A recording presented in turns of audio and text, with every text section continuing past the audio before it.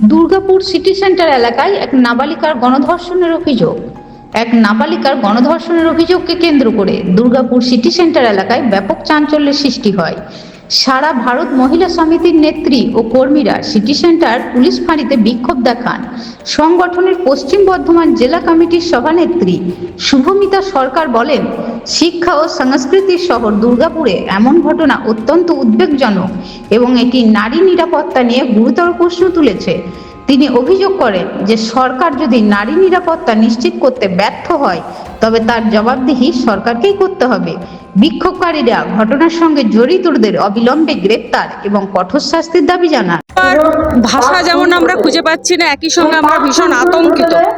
আমরা অত্যন্ত আতঙ্কের মধ্যে আছি, কারণ দুর্গাপুর আমাদের খুব গর্বের শহর, সংস্কৃতির শহর, শিক্ষার শহর। সেই দুর্গাপুরে সিটি সেন্টারের মতো জনবহুল এলাকায় একটা হোটেলের মধ্যে এই ধরনের ঘটনা, মানে আমরা ভাষা খুঁজে পাচ্ছি না যে কতখানি নিরাপত্তাহীনতার মধ্যে আমরা রয়েছি।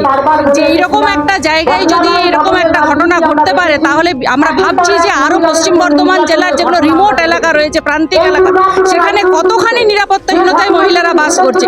এবং এই ঘটনা তো শুধু নয়, আমরা দুর্গাপুর গোপাল মাঠের ঘটনা দেখেছি, আইকিউ সিটির ঘটনা দেখেছি। একটার পর একটা ধারাবাহিকভাবে দুর্গাপুরের বুকে যেরকম ভাবে মেয়েদের উপর এই ধরনের লাঞ্ছনা, এই ধরনের নির্যাতনের ঘটনা ঘটছে, তাতে সত্যিই আমরা অত্যন্ত আতঙ্কের মধ্যে রয়েছি এবং অত্যন্ত নিরাপত্তাহীনতার ভোগ করছি। আমরা এত প্রশাসনের নিয়ম কানুন, সেক্ষেত্রে দাঁড়িয়ে নিয়ম কানুনকে বুড়ো আঙ্গুল দিয়ে দুষ্কৃতীরা কিভাবে হোটেলে ঢুকছে?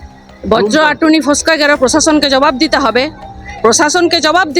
নতুন সরকার তৈরি হয়েছে, নতুন গভর্নমেন্ট তৈরি হয়েছে, অনেক প্রতিশ্রুতি দিয়ে সেই সরকার ক্ষমতায় এসেছে। বেটি বাঁচাও বেটি পড়াও স্লোগান দেয় যে সরকার, সেই সরকার যদি এই নিরাপত্তার দায় দিতে না পারে, সে দায়িত্ব সরকারকে নিতে হবে। এই জবাব প্রশাসনকে দিতে হবে যে কি করে এই ধরনের ঘটনা পুলিশের নাকের ডগায় ঘটছে, কেন পুলিশ পেট্রোলিং করছে না। এবং শুধু এই ঘটনা নয়, ধারাবাহিকভাবে দুর্গাপুরের হোটেলগুলোতে আমরা দেখছি বিভিন্ন ধরনের অসামাজিক কার্যকলাপ বাড়ছে।